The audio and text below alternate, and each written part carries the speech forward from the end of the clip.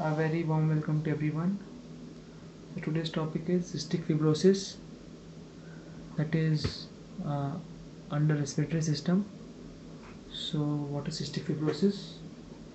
Cystic fibrosis is the most fatal genetic disease seen in Caucasians,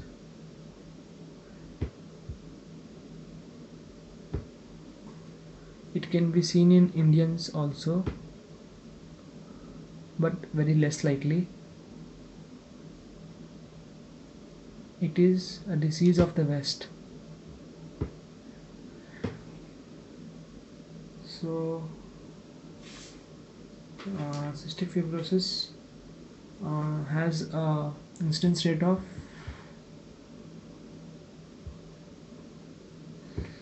1 in 2,500 live births, and the carrier rate is 1 in 25. So remember this 25 25, 1 in 25 carrier rate is, and 1 in 2,500 live birth incidence rate. So next, coming to what is the gene responsible for cystic fibrosis. First of all, it is an autosomal recessive disease seen in CFTR gene on chromosome 7q long arm, which is located on 7q long arm. And CFTR full form is cystic fibrosis transmembrane regulator. So mutation of CFTR gene results in cystic fibrosis. So what is CFTR gene responsible for? It is responsible for coding of chloride channel in a cell. CFTR gene codes the chloride channel. Chloride ions from the cell goes outside with the help of this chloride channel. In CFTR mutation, this very known chloride channel is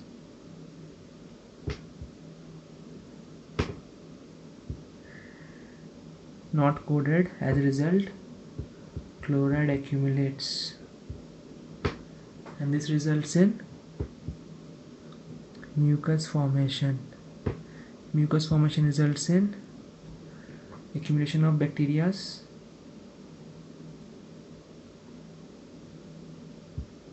Pseudomonas, which results in two types of pneumonia: recurrent pneumonia and persistent pneumonia.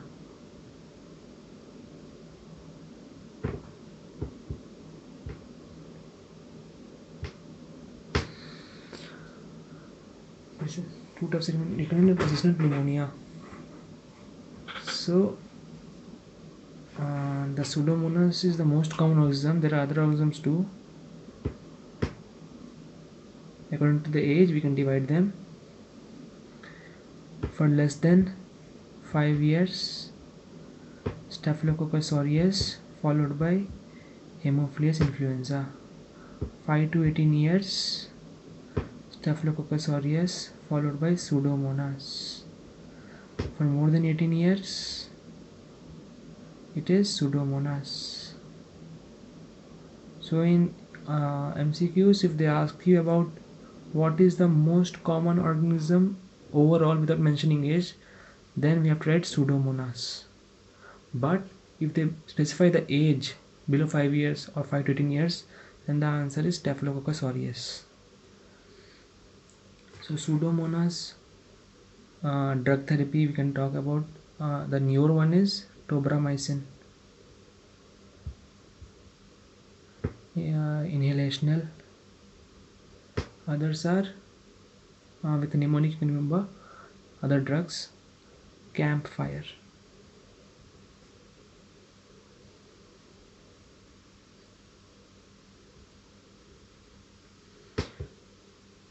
Carbapenems,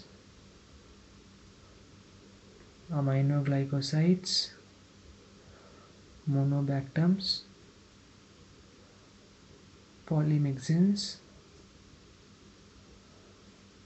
fluoroquinolones, third generation cephalosporins, extended spectrum of penicillin.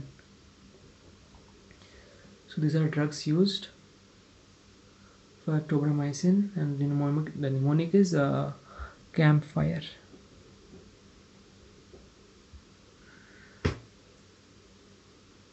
Pseudomonas therapy. So next we'll talk about what are other systems involved.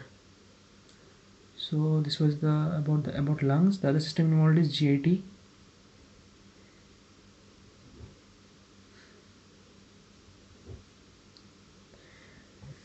So one is lungs, GIT, and GIT will talk about pancreas.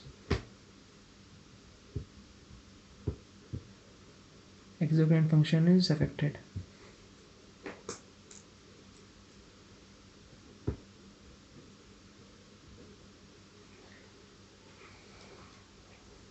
Okay, exocrine function is affected. Exocrine pancreatic insufficiency. The exocrine function is mainly dependent on lipase and amylase. These two are responsible for exocrine function.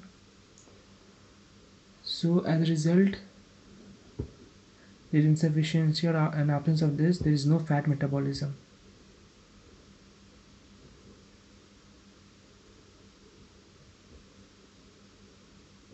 As lipase and amylase is not present, fat is not metabolized, so this results in bulky stools, which are foul in smell, foul smelling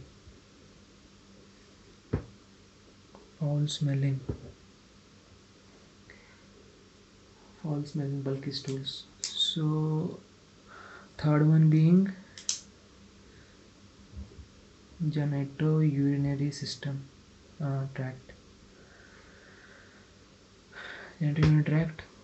Then in genitourinary tract, mainly it affects males. In males, seminal vesicles and vas deferens are affected. As a result, there is infertility due to azoospermia.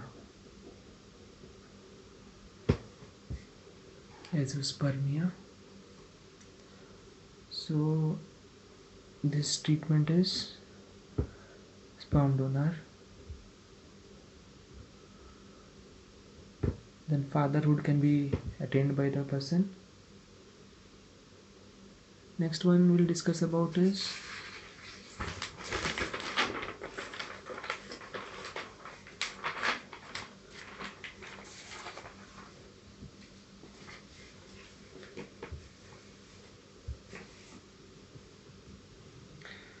according to age, what is seen more and what is seen less.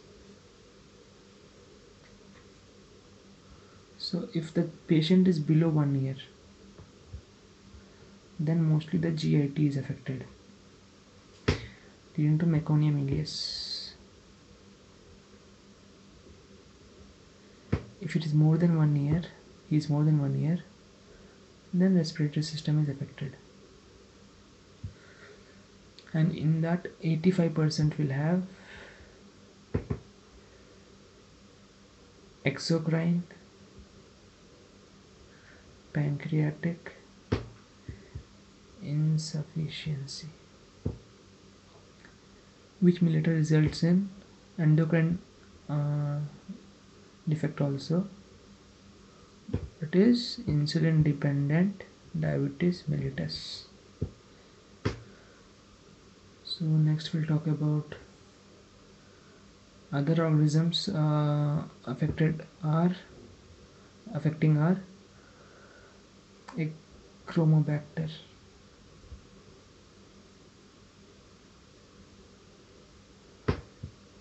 7.5% of cases, and Burkholderia capacia 2.5. These both are specific for cystic fibrosis and are fatal form or fulminant.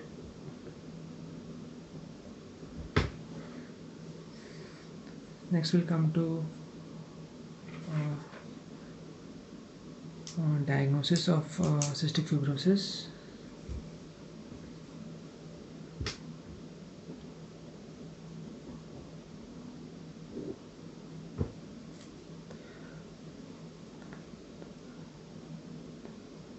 The most specific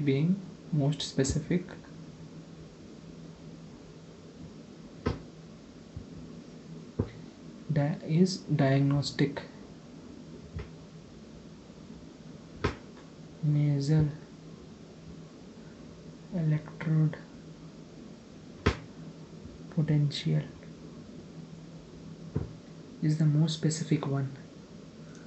Let's put a star. So this is followed by second one, that is sweat chloride.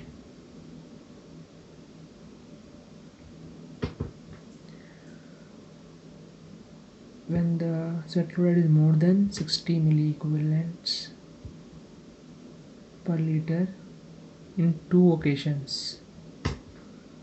Normally it is below 40 milliequivalent per liter. If it is more than 60 milliequivalent per liter in 2 occasions, then it is a diagnostic of cystic fibrosis. And third one is 2 known CFTR mutations. These 3 are is for diagnosis of CF. Next we'll talk about screening.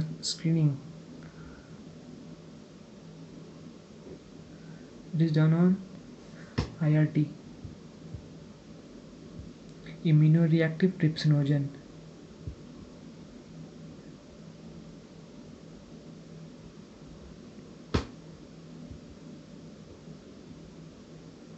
It has 95% sensitivity.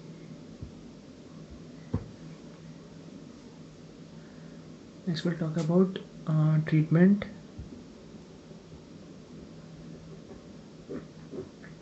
Already I have mentioned about drugs used in Pseudomonas.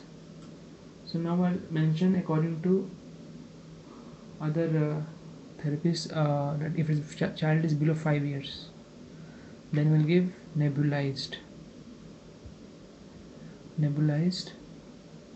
recombinant human DNAs. Recombinant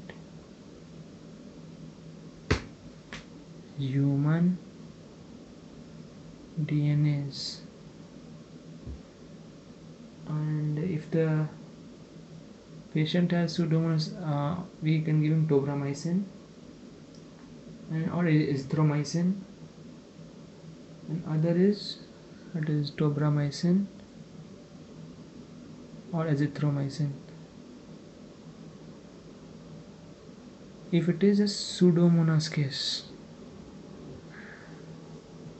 Next is nebulized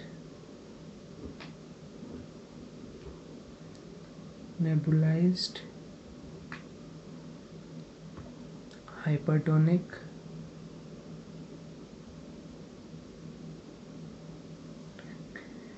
saline solution, 4 ml,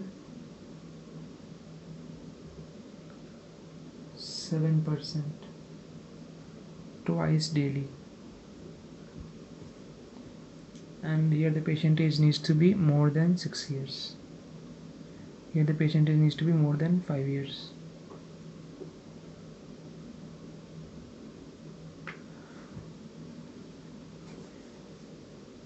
So next we'll be talking about newer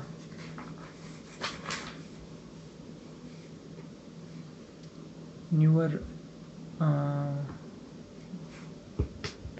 new novel therapies.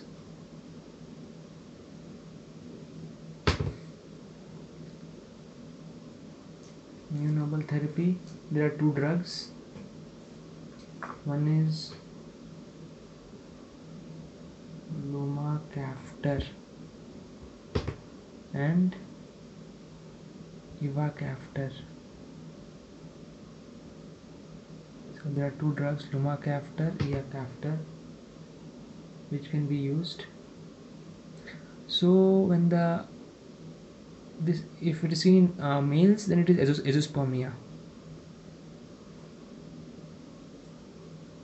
But in females, if she has CF and she is going for contraception, then it needs to be discussed with doctor, as pulmonary hypertension is a contraindication for use of OC pills. So this is it for today's class. If you have any doubt, write down in the comments. This is my first video. There might be some mistakes in pronunciation and all. I really apologize for that. I'll